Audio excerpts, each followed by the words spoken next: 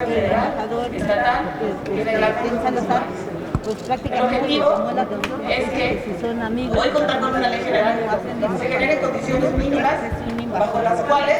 No solamente eso, mire, el día de ayer la Asamblea General de Naciones Unidas aprobó una resolución que impulsaron México a través de nuestro embajador en la ONU, que es Juan Ramón de la Fuente, y Francia, que condena la invasión militar, que ordena el cese inmediato de hostilidades y que exige la facilitación, la canalización de ayuda humanitaria para Ucrania. Una resolución impulsada por México y por Francia, Naciones Unidas, que obtuvo 140 votos a favor, 5 en contra y una treintena de abstenciones. Lo que nosotros no nos explicamos es por qué los diputados de Morena, del PT y del PRI se fijan más en lo que dice el presidente en las mañaneras que en la posición oficial de Relaciones Exteriores y de nuestra representación en Naciones Unidas y de nuestra representación en los órganos multilaterales. México no merece pasar por esas vergüenzas y no merece asociarse con un país que está invadiendo. Algunas cosas es difícil verlas cuando están sucediendo, pero cuando pasa el tiempo, imaginemos nada más que el Congreso mexicano le hubiera abierto las puertas al embajador de la Alemania nazi. El capítulo de vergüenza que eso hubiera significado, porque además, si ustedes me dijeran, bueno, es que fue un encuentro cultural con el pueblo de Rusia, se vino a presentar una obra, una reserva cultural, una obra de teatro, de danza, una cosa histórica que no tenía nada que ver con el conflicto y que el pueblo de Rusia merecía como un acto de hermanamiento entre los pueblos, más allá de la situación política actual. Pero el embajador de Rusia vino a calificar al gobierno de Ucrania como neonazi, a justificar la intervención militar, a decir que no se iban a salir de ahí, a justificar la invasión militar, a hablar a favor de la guerra en Ucrania. Y los diputados de Morena, del PT y del PRI aplaudían mientras eso sucedía. Se tomaban fotos con la representación oficial. Es un gobierno tiránico, autocrático, y que más allá de lo que diga el embajador de Estados Unidos, no lo debimos nunca de haber permitido en el Congreso mexicano, porque además nosotros no proponíamos desaparecer el grupo de amistad con Rusia permanentemente, borrarlo de los grupos de amistad que tuvieran, suspender su instalación, entre tanto no haya una solución pacífica al conflicto. Es un acto de prudencia, es un acto de sensatez y sensibilidad, y la verdad es que pues sí fue una página vergonzosa y que no debimos de haber ocupado nunca el lugar que la Junta de Coordinación Política decidió que ocupáramos con la instalación del Grupo México-Rusia. De parte de los colectivos de la coalición de movilidad segura, familiares de víctimas, sean todos bienvenidos.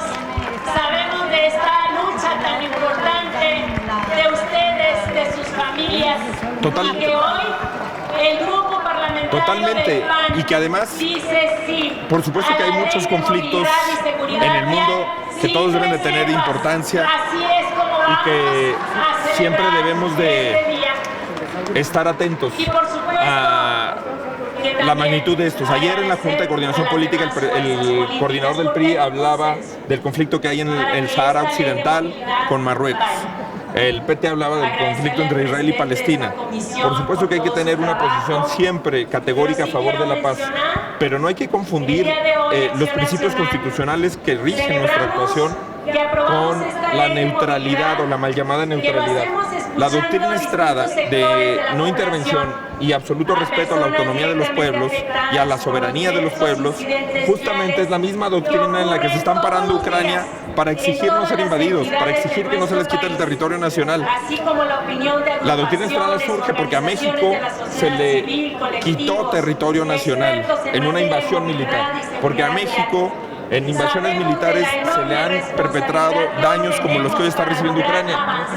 Y justamente se creó para construir un espacio internacional que repela, que repudie y que no permita la intervención de un pueblo soberano de un pueblo autónomo como es el pueblo de Ucrania. Si Genaro Estrada estuviera vivo, estaría en contra de la invasión en Ucrania. No son dos países agrediéndose. Hay casi 1000 civiles muertos en Ucrania, hay niñas y niños muertos, hay bombardeos en hospitales, en escuelas. No es nada más la región del Donbass.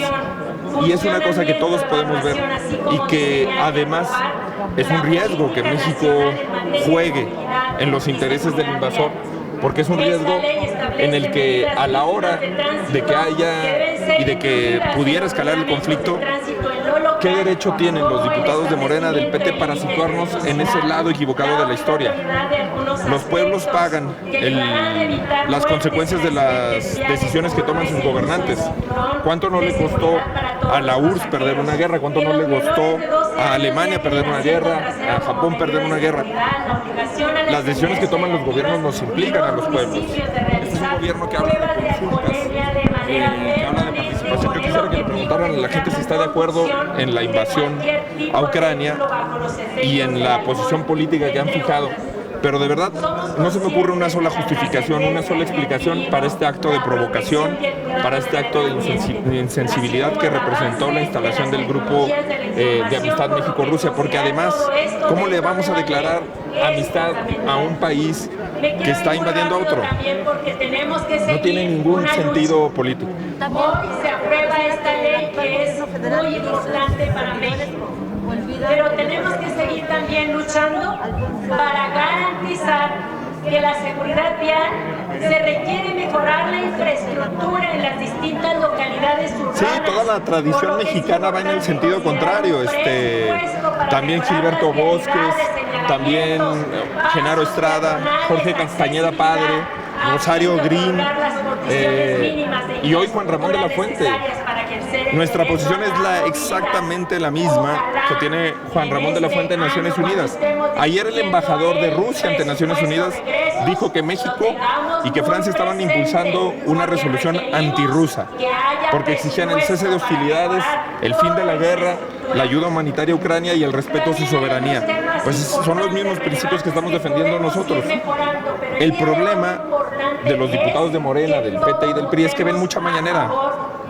Se educan en las mañaneras y luego no tienen la elemental dignidad para distanciarse hasta cuando lo regañan.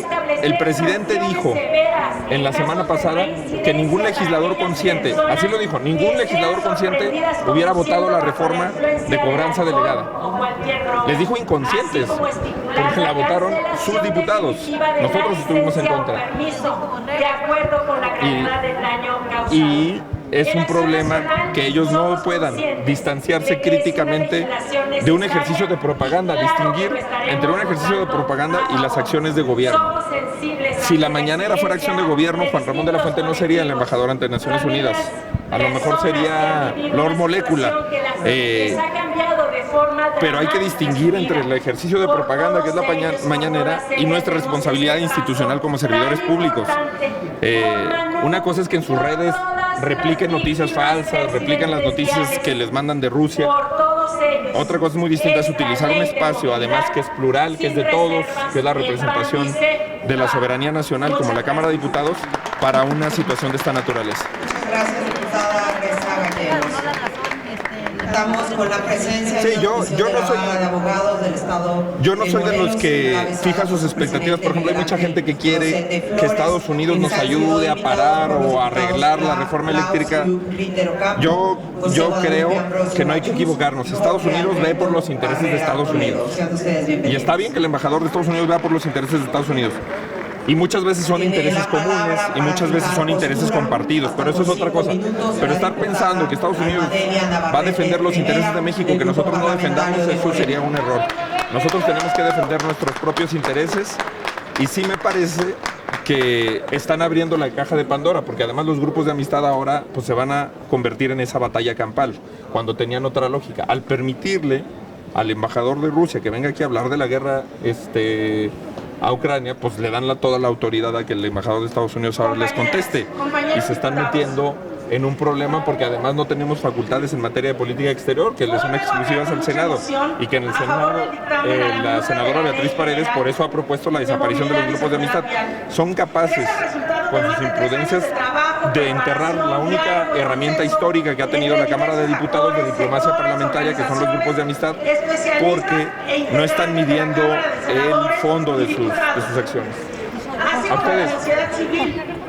Con el objetivo principal de lograr la garantía efectiva del derecho a toda persona a la movilidad. Hoy se reunieron las juntas directivas, ahí participó Movimiento Ciudadano.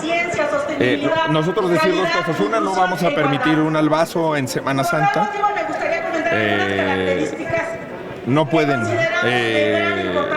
actuar con esa sobradez en la mayoría y no tienen, por más que lo digan, no tienen los votos para la reforma constitucional. Yo quiero mandar un mensaje a la sociedad, a la sociedad civil, a las organizaciones de protección del medio ambiente, ecologistas, que han luchado por detener este intento de reforma eléctrica, decirles que no es cierto. Morena no tiene los votos para aprobar la reforma eléctrica y si quiere construir consensos debe de dejar el esquema de madruguete, de albazo, de abuso legislativo al que se ha ido acostumbrando. Y Movimiento Ciudadano va a retomar una alternativa distinta. Nosotros creemos que sí hay que hacer muchas reformas, pero reformas que propicien la masificación de las energías limpias, que abaraten el costo de la electricidad, que impriman a México. Y les digo que este es el mejor momento además para discutir ese tema. Todos los países europeos y en desarrollo están acelerando la discusión de la transición energética precisamente por la guerra de Rusia con Ucrania, porque una de las cosas que está detrás de esa guerra son los energéticos y particularmente el gas, que nutre de electricidad a buena parte de Europa e incluso a parte de América. Y lo que han descubierto los países es que no pueden atar su destino al de las decisiones de un dictador o de un autócrata. Hoy es Putin, pero el día de mañana puede ser un país árabe con altísima producción petrolera, el que frene. Por eso, cuando se habla de soberanía energética, aquí lo dijeron los especialistas en el Parlamento Abierto, no hay mayor soberanía energética que el sol, que el viento. Esos no dependen de ningún dictador. Y por supuesto que estamos hoy viviendo las consecuencias de no haber planificado un desarrollo en armonía con el medio ambiente. Porque hay quien dice, no, pero el sol no está todo el día. Se pueden combinar los ciclos de las energías limpias y además utilizar de manera supletoria otras fuentes de energía. Pero además les aseguro que lo que está pasando en Nuevo León hoy con los tandeos de agua, con los cortes, es la realidad a la que inevitablemente nos vamos a tener que enfrentar los seres humanos. No podemos aspirar a que 8,000 millones de personas tengamos todo el día, todo el tiempo, agua caliente, electricidad, las teles prendidas, las pantallas prendidas, los chips en el coche. Es un modelo de desarrollo que tiene un límite. Y ese límite es el agotamiento de los recursos naturales. La reforma eléctrica sería una oportunidad para que México se vea en el espejo de lo que está pasando en otras partes del mundo y apostemos fuertemente por las fuentes solares, fotovoltaicas de generación de energía, eoloeléctricas, incluso las que ha mencionado el presidente, que son más problemáticas precisamente porque hay poca disposición de agua, las hidroeléctricas, pero tener un ciclo mucho más compartido. China lo está haciendo y China es el país de los países más contaminantes del mundo y es uno de los países que más se tardó en industrializar. Ayer precisamente tuvimos una reunión con el embajador de la República Popular de China en Movimiento Ciudadano y lo que platicábamos era precisamente la necesidad de transitar las energías limpias en el contexto actual. No tiene ya ningún sentido ni ninguna pertinencia la propuesta original de reforma del presidente y si la intentan sacar va a ser rechazada. ¿Tiene alguna propuesta concreta de qué cambio debe tener? Porque ustedes han dicho que están a favor de las energías renovables. No quiero dejar de mencionar y reconocer el trabajo de la coalición Movilidad Segura. Habla de que se va que se ha caracterizado por su constancia de no darse por vencido medidas, Parece por que buscar todavía siempre es cómo avanzar insuficiente eso. y por enseñar. Sí, eso es suficiente y aparte es contradictorio. Pues nosotros hemos presentado ayer otra, todavía una más que implica por parte de Mirza Flores la perspectiva de género, pero hemos presentado alrededor de 7 iniciativas concretas, por ejemplo, para que haya programas, políticas municipales de acceso a celdas solares, para regular el uso del combustible. Uno de los problemas que tiene la Comisión Federal de Electricidad es que Pemex le entrega todos los desechos de combustible que son altamente contaminantes y que eso los obliga a privilegiar las termoeléctricas. Y también creemos que debe de haber mayor facilidad para constituir cooperativas. Es decir, que por ejemplo los ejidatarios del Istmo de Tehuantepec no solamente reciban el beneficio de negociar con la CFE o con otra transnacional, que si les preguntan ellos prefieren negociar con las transnacionales que con la CFE. Es más abusiva la CFE con ellos, con los ejidatarios del Istmo de Tehuantepec. Pero además merecerían ellos, financiados por el Estado o con mecanismos de banca de desarrollo, poder construir cooperativas, poder ellos gobernar una cooperativa generadora de energía eléctrica, recibir financiamiento y luego ser sustentable, que además son los accesos son los programas a los que acceden las compañías de generación de electricidad, tanto privadas como CFE, porque las energías limpias, por supuesto, pues están subsidiadas. Esos beneficios se le deberían de extender, en este caso, a los pueblos originarios, a los ejidatarios de las zonas donde se generan estas energías. Ese es nuestro planteamiento. Queremos destacar y agradecer la presencia en este salón de sesiones del excelentísimo A la reforma constitucional no, creemos que eso se puede hacer modificando leyes y no queremos ni el aumento de la participación en el mercado de CFE, no queremos volver a reintegrar todas las áreas en una sola empresa. Parte del problema que tiene CFE o que tuvo históricamente es que unas áreas subsidiaban a otras. Las áreas de distribución de CFE son muy eficientes, pero pierden esa eficiencia porque subsidian la producción de energía eléctrica. Y por supuesto que no estamos tampoco a favor de la discrecionalidad. Nosotros sí queremos una comisión reguladora de energía fuerte, activa, actuante. Entonces no estamos cerca de la propuesta original del presidente. La única parte que nosotros suscribimos es la que tiene que ver con regular las concesiones de litio, mientras se estudia bien cuáles van a ser los usos de este recurso natural.